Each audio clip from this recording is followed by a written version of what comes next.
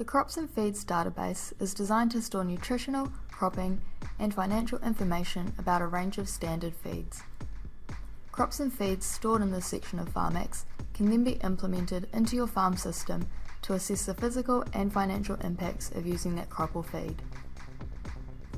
To update an existing feed, first click on your farm name, then Crops and Feeds.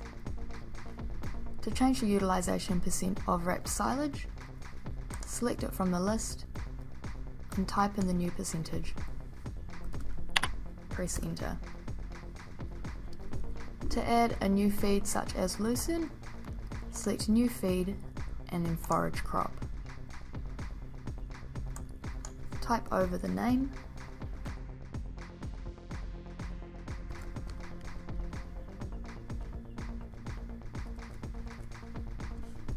and press enter. From the unit drop down, select tons of dry matter and for unit size type 1000. The dry matter percent will automatically be set to 100. For different units such as big bales, add the size and dry matter percent of the average bale. Once feeding information is added, the cropping properties need to be updated. Residual cover refers to the pasture cover following the crop after it goes back into the grazing rotation. You can either use the average farm cover or untick it and type in a residual cover. Press enter. Type in the default yield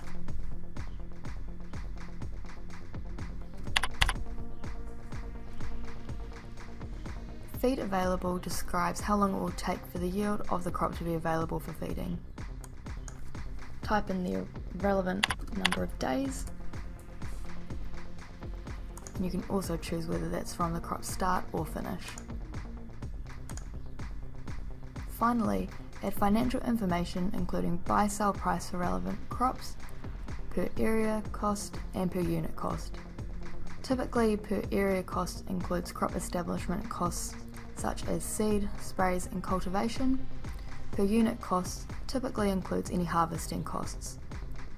Often a crop will only have one of these costs, however crops that have establishment and harvesting costs such as maize silage may have both.